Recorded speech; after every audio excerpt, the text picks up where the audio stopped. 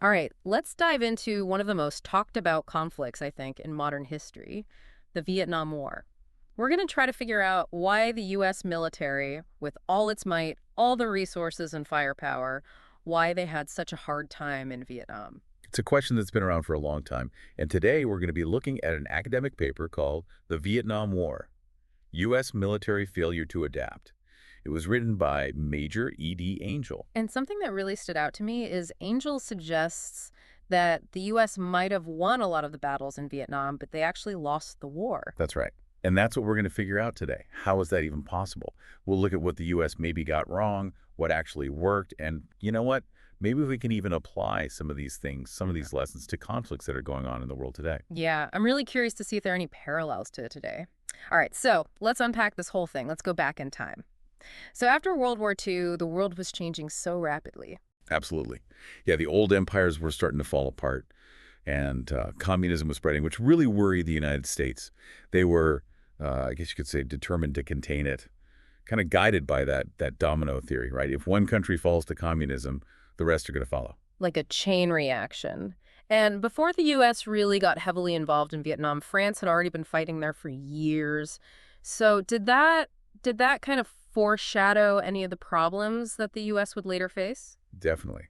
The French defeat at Dien Bien Phu in 1954 was a huge turning point. They they kind of underestimated their opponents, the Viet Minh, and tried to fight, a very traditional war against an enemy that was anything but traditional. The Viet Minh, I mean, they were masters at guerrilla warfare. They used the terrain, they had support from the locals, and it worked to their advantage. The French, well, they ended up having to leave Vietnam. So Dien Bien Phu was like a big wake-up call that Vietnam wasn't going to be easy. How did the U.S., how did they initially approach this whole thing? Well, initially, they kind of mirrored strategies that had worked in other Cold War hotspots. Mm. Like Greece, for example. Yeah. They started by sending military advisors, and they trained the South Vietnamese Army, the ARVN, Hmm. and they were hoping to help them fight off the communist forces. But Angel argues that this was the first big miscalculation, right? That the U.S. didn't really understand just how different Vietnam was. Yeah, exactly. His central argument is that the U.S. was basically trying to fight a conventional war against an enemy that was anything but conventional. It's like you wouldn't use a hammer to fix a leaky faucet, right? No. It's the wrong tool for the job. And what's interesting is Angel points out this obsession the U.S. military had with body count as a big measure of success. So what was wrong with that? Well, they were so focused on killing as many enemy soldiers as possible. They were missing the bigger picture. The communist forces in Vietnam, the Viet Cong or VC, and the North Vietnamese Army, the NVA, they were fighting a war on two fronts, military and political. Their goal wasn't just to defeat the U.S. on the battlefield. They wanted to win over the Vietnamese people, build support and undermine the South Vietnamese government. So it's like the U.S. was focused on winning these battles, but the VC and the NBA, they were focused on winning the hearts and minds of the people, kind of like playing checkers against someone playing chess. Exactly. You got it. And this leads us to a really good case study that shows this mismatch perfectly, the Battle of Khe Sanh. Ah, Kisan. Can you remind me what made this place so important strategically? Khe Sanh was this remote marine firebase. It was near the DMZ, the dividing line between North and South Vietnam. It was seen as a way to disrupt the Ho Chi Minh Trail, which was a critical network of roads and trails that the North Vietnamese used, to move supplies and troops into South Vietnam. It was like their lifeline. Okay, so controlling Kisan could have really choked off those supplies. What went wrong? What was the problem for the U.S.? The problem was that the U.S. became so fixated on defending Kiat that they poured so many resources into it, troops, firepower, supplies. They were diverting all of this stuff from other operations that could have been more effective. And yeah, they held the base, but the siege turned into this war of attrition. A war of attrition. Yeah, it became less about those strategic goals and more about just trying to outlast the enemy. And that played right into the hands of the North Vietnamese. So they held Kisan, but they got sucked into a fight that they weren't really prepared for. Right. Khe Sanh was supposed to be this crucial stronghold, but it became a symbol of the U.S. getting stuck in this type of warfare that they weren't really equipped to win. It sounds like they were trying to take a solution that they already had and just force it onto a really, really complex situation. You're starting to see the pattern here. And this rigid approach, it just kept coming back to haunt the U.S. throughout the war. But you know what? Let's shift gears a bit. Let's look at some of the programs that the U.S. tried that showed some promise, some strategies that seemed to at least get the complexities of what was happening on the ground. Okay, let's hear about some of those. What did the U.S. try that actually seemed to work? One example is the Strategic Hamlet Program. The idea was to take villagers and move them to these protected communities to keep them safe from the Viet Cong and give them essential services. Sounds reasonable enough. What was the problem? Well, the concept itself wasn't bad, but the way they did it was flawed. It was poorly implemented. There wasn't consistent support or resources, and they didn't really think about the complexities of the villages. Yeah. You can't just uproot people and expect them to be happy about it, especially when they've got existing loyalties and don't trust the government. Sounds like they were trying to force order on something that needed a more careful approach. Exactly. And this brings us to another interesting part of what the U.S. did. They involved the indigenous tribes. Really? Yeah, especially the Montagnards in counterinsurgency. The Montagnards. I don't think I've ever heard of them. These were highland tribes. They knew the terrain, they knew about enemy movements. The CIA and special forces used them a lot for reconnaissance, intelligence gathering, even combat operations. They knew how to operate in the jungle, which U.S. troops often struggled with. That makes sense. Use the expertise of those who know the land best. Why didn't they do that more often? Why not rely on them more? Well, that's where all that complexity of the conflict comes into play again. Building trust with the Montagnards, lasting relationships, it was really hard. Cultural differences, language barriers, and the South Vietnamese government, they were kind of suspicious of them. It was a missed opportunity, really. Another one of those almost got it right moments. Yeah, and that pattern becomes even more clear when we look at some of the covert operations the U.S. did. Okay, now we're getting to the good stuff. Tell me about some of these secret missions. All right, let's dive into that world. In the early 60s, the U.S. started these programs called Typhoon and Leaping Lena, and they were all about disrupting the Ho Chi Minh Trail. Okay, trying to cut off those supplies, right? Those supply lines. What did they actually do? What were the missions like? These were covert operations, Yeah. very hush-hush, Okay. small teams, really highly trained, often South Vietnamese commandos. They were the ones going in deep into Laos and Cambodia, Wow. and their job, ambushing enemy convoys, blowing up infrastructure, and gathering intelligence. So behind enemy lines, basically. Talk about dangerous. Yeah, very dangerous, very risky. Why is all the secrecy? Why not just go in with regular forces? Officially, the U.S. wasn't supposed to have troops in Laos or Cambodia. Okay. Sending troops in could have really escalated things, might have even brought in the Soviet Union or China. Yikes. Yeah, can't have that. This was the Cold War, remember? Nobody wanted a bigger fight. So the U.S. was stuck trying to stop the enemy without starting World War III? Exactly, a real tightrope walk. What happened? Did Yeah. these missions work? Mixed bag. Some were really successful, disrupted supplies, got good intel, but some, well, they were disasters. Teams lost, captured. High stakes, for sure. Yeah, very high. Sounds like these early covert ops, they showed what irregular warfare could do, but also how tough it was to actually pull off. Right, kind of a preview.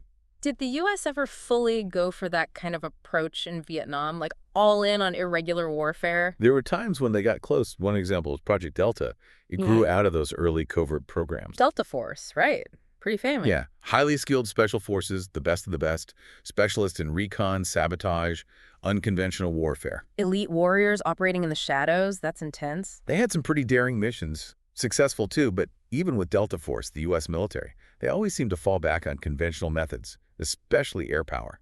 Back to the big guns, huh? Yeah, operations like Rolling Thunder, that massive bombing campaign against North Vietnam, that's a prime example. Let's talk about a program that, well, it gets a lot of attention, and for good reason. It's morally complicated. The Phoenix program. Yeah, Phoenix, that one's tough. The goal was to take out the Viet Cong's infrastructure inside South Vietnam. Yeah. Intelligence gathering, raids, and this is the controversial part, assassinations Assassins. of suspected Viet Cong leaders, operatives, anyone they thought was important. That's stepping into some seriously murky territory. No question. What was the thinking behind Phoenix? Why do it? The idea was if you take out the VC leadership, their support networks, you cripple them, they can't operate, they can't influence people. It's cut off the head, the body dies. Exactly, a decapitation strategy. I remember you mentioned the Navy SEALs, the men with green faces. Yeah. Were they involved in Phoenix? Yeah, SEAL teams, they were perfect for this kind of stuff. Unconventional warfare, covert ops. They were often the ones carrying out Phoenix missions, raids, ambushes, intel gathering, often working with South Vietnamese forces. So did it work? Was Phoenix effective? It's hard to say for sure. It definitely disrupted the VC. But there were problems too. Bad intel, infighting, accusations of human rights abuses. It was messy. So Phoenix raises some tough questions about how the war was fought, and it didn't change the outcome, did it? No, it didn't. And part of the reason is, again, the U.S. military didn't really know how to fit Phoenix into their overall strategy. It was a limited program, never had the impact some people hoped for. It's like even when they had something that seemed to be working, they couldn't fully commit. That's a recurring theme in Vietnam. Yeah. The U.S. military, they just had so much trouble adapting to that war. They couldn't seem to let go of those conventional tactics, couldn't embrace the irregular warfare that they needed to win. Angel's point about failing to adapt really coming through loud and clear here. It is, and it's highlighted perfectly by something Colonel Robert B. Riggs said. Who's that? Vietnam veteran author, wrote a lot about how hard it is to fight a guerrilla war. He said, glistening modern missiles contrast starkly with a sniper aiming a homemade rifle. Sophisticated electronics bleep bleep on consoles, and the visual yellow, green, blue of radar constantly screens the sky. But none of these modern devices can tell you the political coloring of a peasant who may have just hidden a weapon. Wow, that's powerful. All that tech, all that firepower, but it can't tell you what's in someone's heart, someone's mind. Exactly. You need intelligence, understanding, human connection. That's what the Marines were trying to do at CAP with those combined action platoons. Those small units living in the villages. Yes, that's the one. So CAP was a success story. It had a lot of successes. Villages with CAPs were safer, less vulnerable to the Viet Cong, but even CAP had its limits. Like what? What held them back? Trying to scale up a program like that based on personal relationships, trust, it's a huge challenge. And of course, it was dangerous for the Marines. They were exposed, ambushes, attacks. It wasn't easy. Frustrating even when they got things right. It seems like they couldn't keep it going or make it bigger. It's the Vietnam War. In a nutshell, the U.S. military just couldn't adapt to that kind of fight. They couldn't move away from what they knew from those conventional tactics and embrace the kind of war they needed to fight, the irregular war. Angel's point about failing to adapt, it's really coming through here. It is. And it's highlighted perfectly by something Colonel Robert B. Riggs said. Who's that? Vietnam veteran, author, wrote a lot about how hard it is to fight a guerrilla war. Okay. He said, glistening modern missiles contrast starkly with a sniper aiming a homemade rifle. Sophisticated electronics bleep bleep on consoles, and the visual yellow-green-blue of radar constantly screens the sky. But none of these modern devices can tell you the political coloring of a peasant who may have just hidden a weapon. Wow, that's powerful. All that tech, all that firepower, but it can't tell you what's in someone's heart, someone's mind. Exactly. You need intelligence, understanding, human connection. That's what the Marines were trying to do with TA, with those combined action platoons. Those small units living in the villages. Yes, that's the one. So CAP was a success story. It had a lot of successes. Villages with CAPs were safer, less vulnerable to the Viet Cong. But even CAP had its limits. Like what? What held them back? Trying to scale up a program like that based on personal relationships, trust, it's a huge challenge. And of course, it was dangerous for the Marines. They were exposed, ambushes, attacks. It wasn't easy. Frustrating. Even when they got things right, it seems like they couldn't keep it going or make it bigger. It's the Vietnam War in a nutshell. The U.S. military just couldn't adapt to that kind of fight. They couldn't move away from what they knew from those conventional tactics and embrace the kind of war they needed to fight, the irregular war. So we've seen all this struggle to adapt. What's Angel's final word on why the U.S. lost in Vietnam? Well, he says the U.S. was stuck in that conventional mindset. Stuck in the past, almost. Yeah, focused on those military victories, the body counts, but their opponents, they were playing a different game, a longer game. Trying to win a 20th century war? Right. Against an enemy fighting for the 21st century? That's a good way to put it. And it makes you think, right? Yeah. What could they have done differently? Could they have won if they had, I don't know, gone in with a different approach? That's the question, isn't it? We'll never know for sure, but Vietnam, it's a cautionary tale, shows you that in this century, military power, it's not enough. It's about so much more. Exactly. Understanding the culture, the politics. Winning hearts and minds. Adapting. Absolutely. So as we wrap up here, any key takeaways for you? Anything our listeners should be talking about? Well, first, understand the conflict. Really get it. Who are the players? What do they want? What's the situation on the ground?